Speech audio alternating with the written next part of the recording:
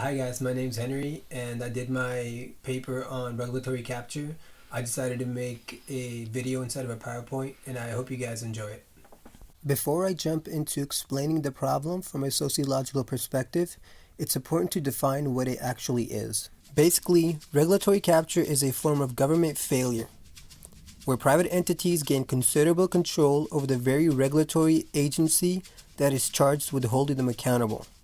This can occur in several ways, like through campaign contributions, or promising lucrative jobs after public service, and placing company workers in regulatory bodies to benefit private interests.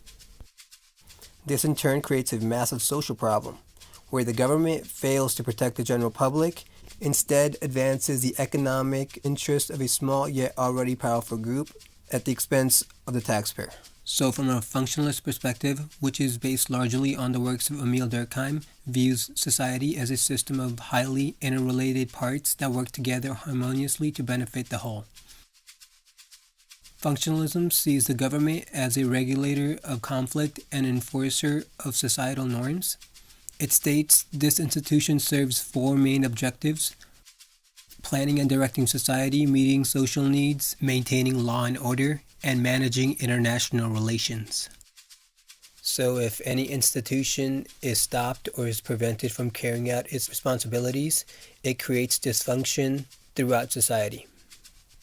Which is exactly how functionalism describes when regulatory capture occurs. For example, I use the current structure of the Federal Communications Commission, specifically its plan to roll back net neutrality rules, as a case study in my paper to demonstrate agency capture in the real world. The dysfunction within the FCC can be explained by looking at the compliance guidelines under Chairman Tom Wheeler and the current head of the agency, Ajit Pai. They both had previously been employed by internet service providers.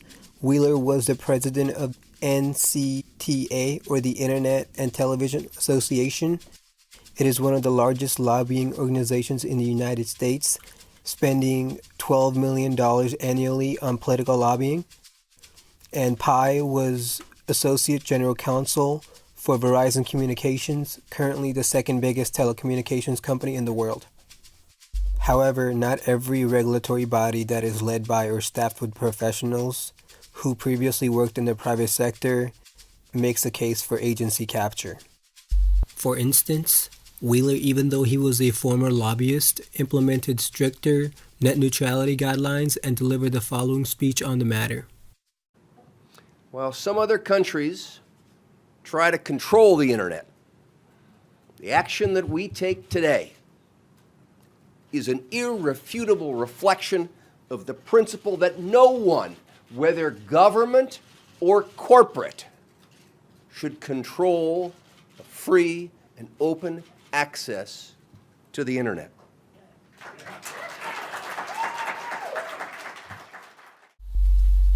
However, his successor Ajit Pai seems to be undoing FCC consumer protections, which also happen to significantly benefit companies like his past employer. Yet, Mr. Chairman, you're proposing to undo the open internet order. What is the problem, Mr. Chairman, that you are trying to fix? Thank you for the question, Senator. I think one of the concerns that we have raised is that these regulations might be dampening infrastructure investment. They might be, but there's no evidence of it. Well, there has been evidence raised, and that's part of the reason why we are testing this proposition in the context of the notice of proposed rulemaking. Some had suggested the FCC should simply issue a declaratory ruling saying that the facts in the law are so, and that's the way it's going to be. But we wanted to test this proposition in an open and public process. So in conclusion, this fast and loose regulatory process within the FCC, from a functionalist perspective, is simply a dysfunction within the system.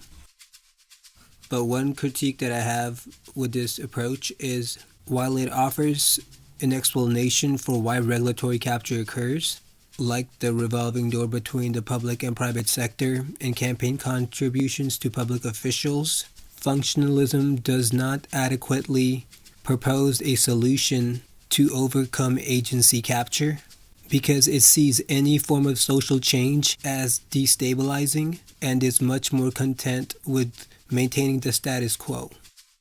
And thank you for watching.